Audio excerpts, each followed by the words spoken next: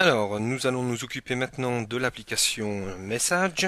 Alors, Message, qu'est-ce que c'est? C'est tout simplement le nouveau système de communication made in Apple, un peu comme le réseau chat BlackBerry. Alors, comment utiliser Message? Donc déjà, vous vous rendez dans la partie réglages, options Message. Dans la partie de droite, on va retrouver les options de paramètres. Donc, ici, sur le petit taquet bleu, e-message est activé pour envoyer des messages entre iPhone, iPad et iPod Touch et même maintenant dernièrement depuis sur la version 10.7 où vous pouvez télécharger l'application en bêta sur le site d'Apple et ça va vous permettre justement de bénéficier de messages sur votre Mac. Vous avez la possibilité aussi de prendre l'option la confirmation de lecture qui va vous permettre tout simplement d'être notifié quand vous avez lu les messages. C'est une sorte d'accusé de réception tel qu'on pourrait le retrouver dans les mails. Ici, c'est le compte de réception, donc compte pour lequel j'ai configuré Message. Ce qui est bien aussi, c'est que vous pouvez le mettre sur plusieurs machines différentes. Il n'y a pas de restriction. Cependant, lorsque vous allez envoyer un message à cette adresse-ci via Message, les trois machines qui sont configurées avec vont recevoir toutes les trois le même message. Et vous avez la possibilité aussi, tout comme dans un mail, de mettre le champ objet. Donc je vais vous montrer comment fonctionne l'application Message. Donc je vais me mettre sur l'application en question. De l'autre côté sur ma machine, je vais envoyer un message directement.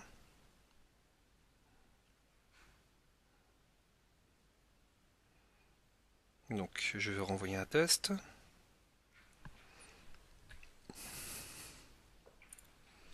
Voilà, donc le message est arrivé. Donc ici, on voit le destinataire qui m'a envoyé le message avec l'heure du message, le petit point bleu, tout comme dans les mails, pour me notifier l'arrivée d'un message. Quand je clique dessus, je vois le nom de l'expéditeur, l'heure et la date à laquelle ça a été fait, et je vois que le message a bien été distribué. J'ai la possibilité de d'effacer, je vais vous montrer en cliquant ici, donc d'effacer des fils de conversation et de les supprimer, ou bien de les transférer. Donc là, je peux les transférer à un autre iPad. Donc je vais mettre par exemple exactement le même, hein, iPad 2, et je vais faire envoyer. Voilà, et là je vais recevoir dans la même infobulle les deux mêmes messages que j'avais initialement décidé de transmettre. Maintenant, je peux les supprimer. Je fais supprimer. Ici, la petite tête me permet d'afficher les informations complètes, les infos sur la personne utilisant à la personne qui m'a envoyé le message. Donc en fait, il va aller tout simplement piocher dans le répertoire, dans mon carnet d'adresses. Sur le bouton ici, modifier, j'ai la possibilité de supprimer la personne qui m'a envoyé le message, mais ça ne la supprime pas, on va dire, de mon carnet d'adresses. Ici, le petit symbole qui se trouve en haut me permet tout simplement d'écrire un message à une personne. Donc je vais mettre iPad 2. Hop. Voilà, c'est exactement la même chose. Ça fait un lien directement vers le carnet d'adresse. Donc là, je m'auto-envoie un message. Voilà, donc là, j'ai reçu le message. Quand vous écrivez un message, je ne sais pas si ça va le faire ici. Je ne sais pas si on va le voir. Parce que du coup, comme je me l'écris. Non, alors qu'il n'y a pas de petit stylo. Donc vous ne l'avez pas. Vous avez la possibilité de prendre une photo ou d'une vidéo, ou bien de choisir une photo existante et de l'envoyer directement au contact. Actuellement, on ne peut pas envoyer autre chose que des photos, on ne peut pas envoyer des fichiers.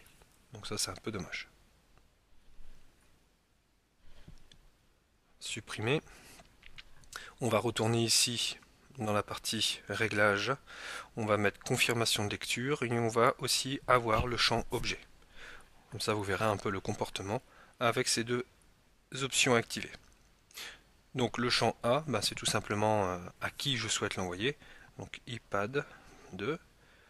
Je vais mettre l'objet test de message. Je fais envoyer. Le message a été envoyé.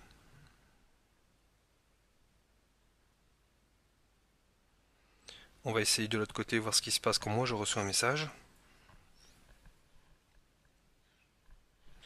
Voilà. Donc si je...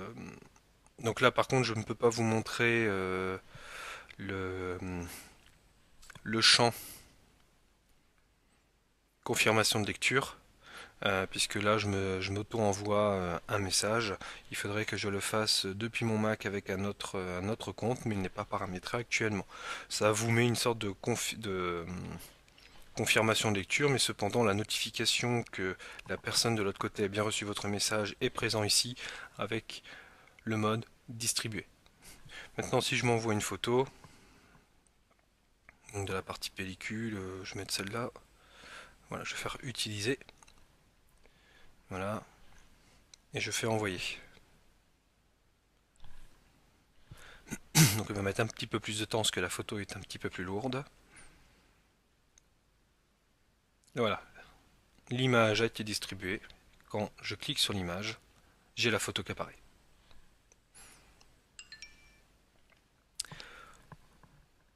Voilà pour la partie message de notre rubrique réglage. Et on se donne tout de suite rendez-vous pour la partie musique de notre iPad. Pardon. À tout de suite.